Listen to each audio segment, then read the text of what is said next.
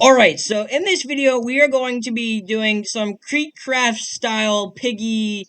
Even though I'm in a murder mystery too, we're going to be doing some Oh, I'm lagging. Okay. Creekcraft style Piggy theories, alright? And, this is probably going to be the first and only time I ever do this, but, yeah, so, cause I was thinking about this while I was at a cabin, and my cousin, I was actually telling this to my cousin, and he's like, okay, that's legit big brain, you should tell Creekcraft about it. So if I ever get the chance to, I'm probably gonna pop in a Creek stream and try to see if he'll see my video, but yeah.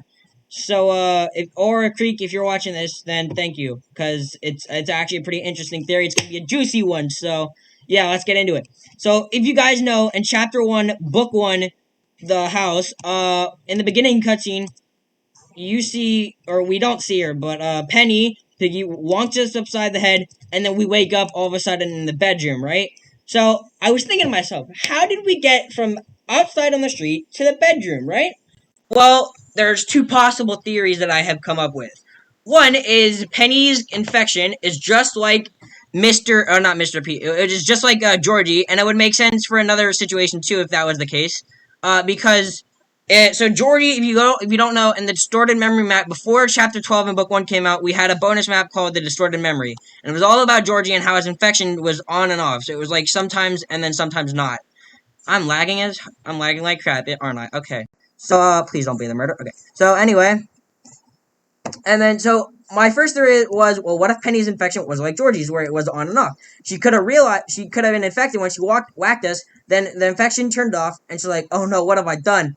And then she lays us inside the bedroom to rest, and then she leaves, and that's when her infection turns back on again, and that's where we see her when we wake up. And then, so yeah, that's pretty good theory in my opinion. But my other theory, and it would make sense for the book 2 chapter 2 the book 2 trailer, if you guys saw the end of it, Shadow Penny Piggy, excuse me, was guarding the potion, a potion which seems to be the cure. So, yeah, and either she was doing that on purpose, and she wanted to save it for Georgie, maybe? I don't know, but yeah, so she could have been doing that on purpose. It's kind of an interesting theory there. The other theory was that Mr. Stitchy, the insolence, right? He was controlling Penny at the time, and he controlled Penny to lay us on the bed, alright? And here's why I'm thinking this, okay? Because I think it would be interesting if, because here's where it makes sense. Mr. Stitchy has always had a chance to oof us, right? He's been following us for a while, okay? Shut up. Okay, so anyway, he's been following us for a while. So why wouldn't he